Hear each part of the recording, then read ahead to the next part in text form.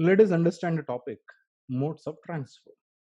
Before we actually get into this, I will give you a scenario to understand this.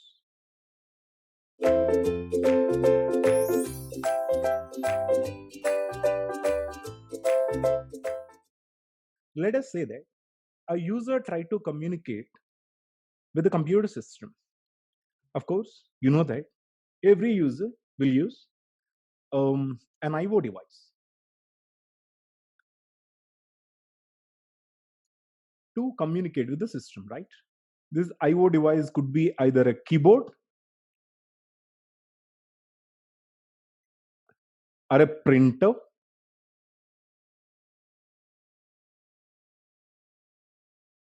or any other peripheral device that he would like to take either output or giving the input.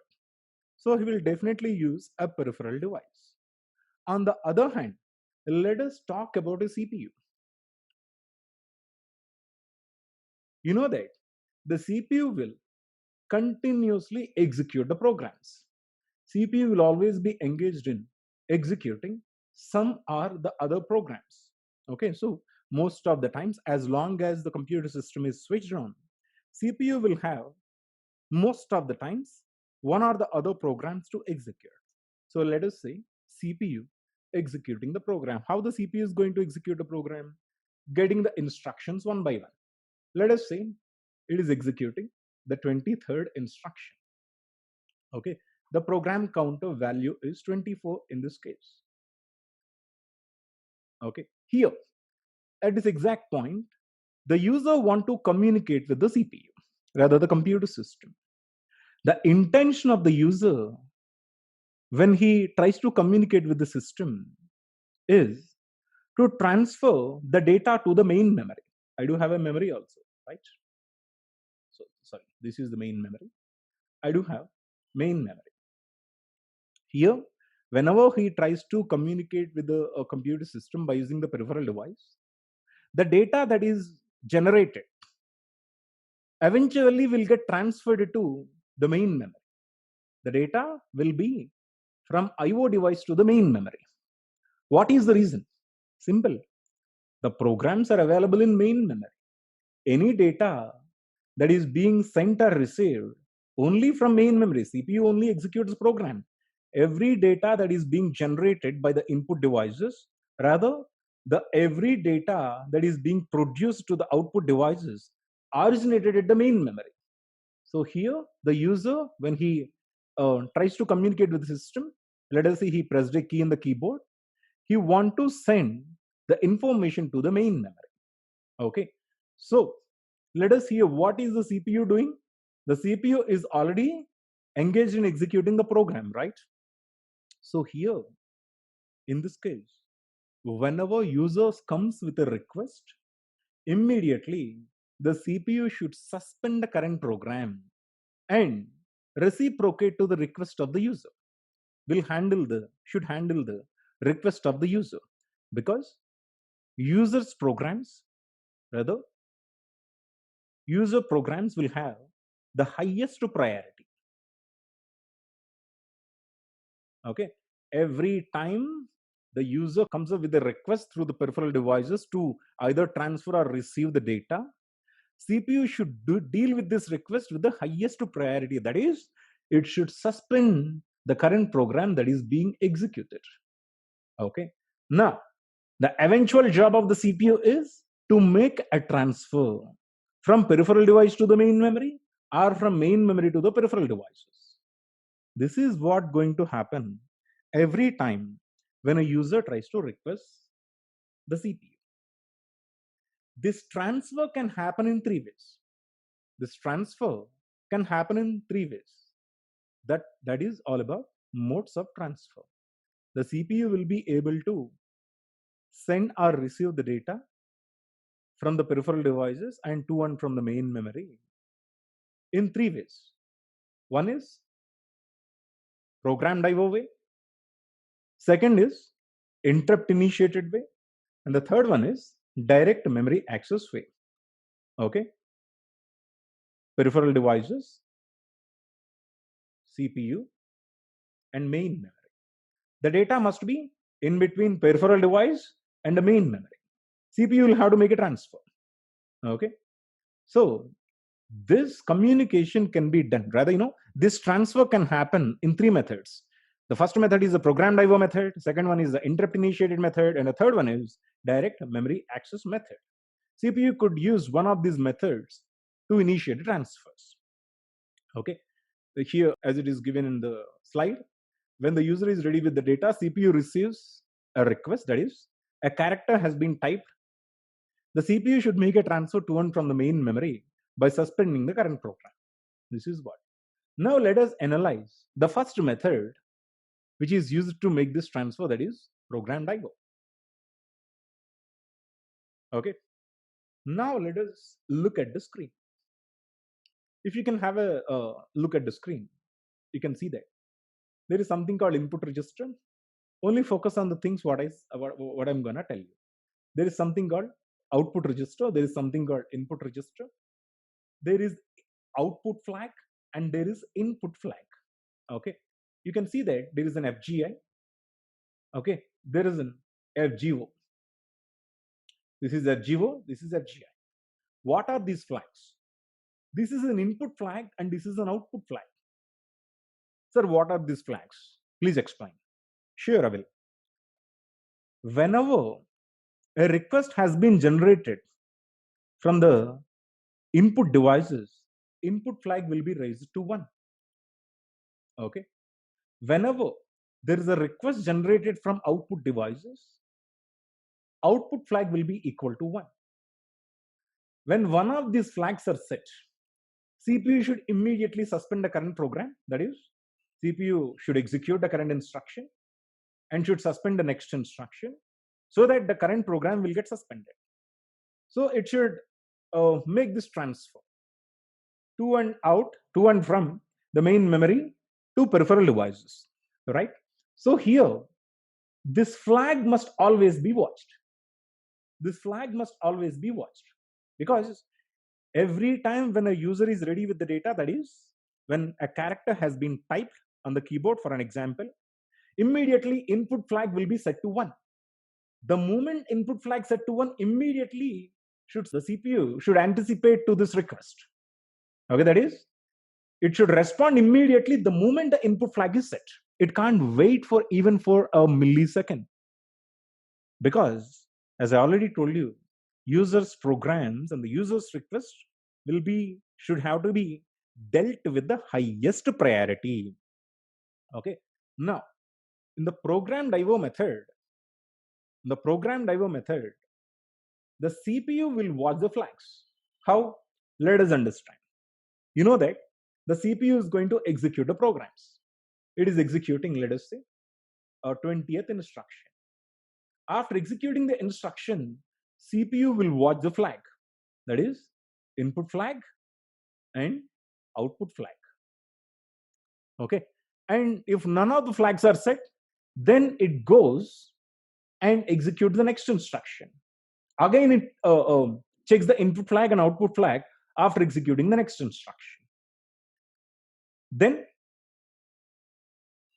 let us say there are no flag sets again.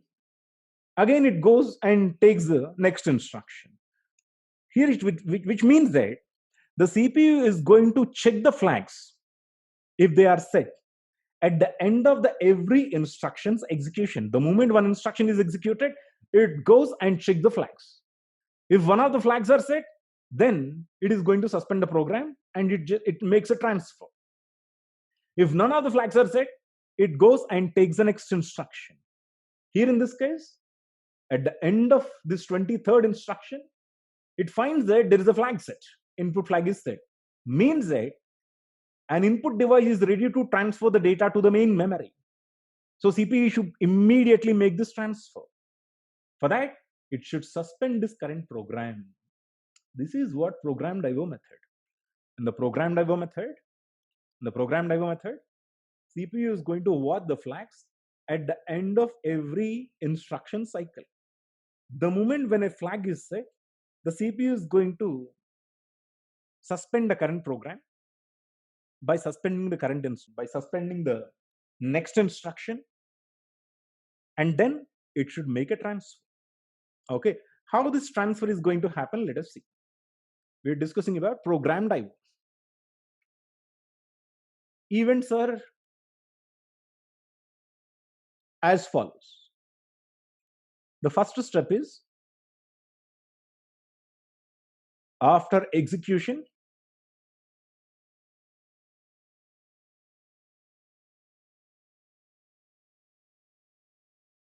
current instruction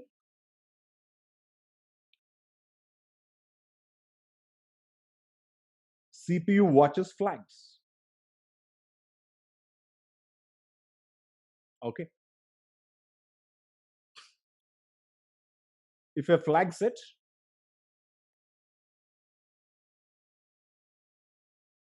suspend current program by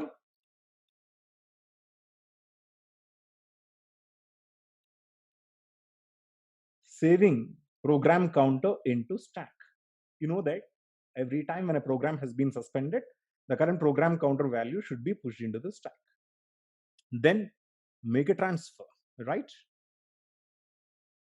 Make necessary transfer.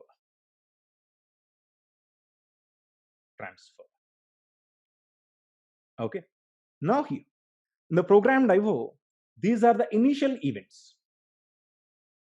At the end of every instruction execution, flags will be watched. If there is a flag set, then suspend the current program by pushing the program counter value into the stack, and followed by making a necessary transfer, which are requested by the user.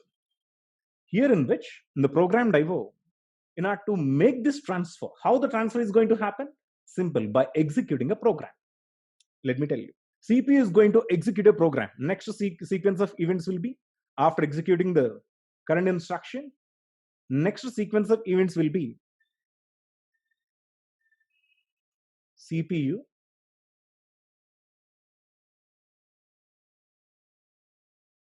executes a program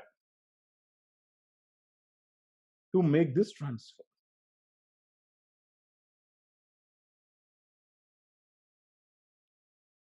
Okay. Now, what is the program? Let us understand. Let us say a keyboard want to send information. Okay. If you could actually remember, there are a few IO instructions. Okay. There is a category of IO instructions.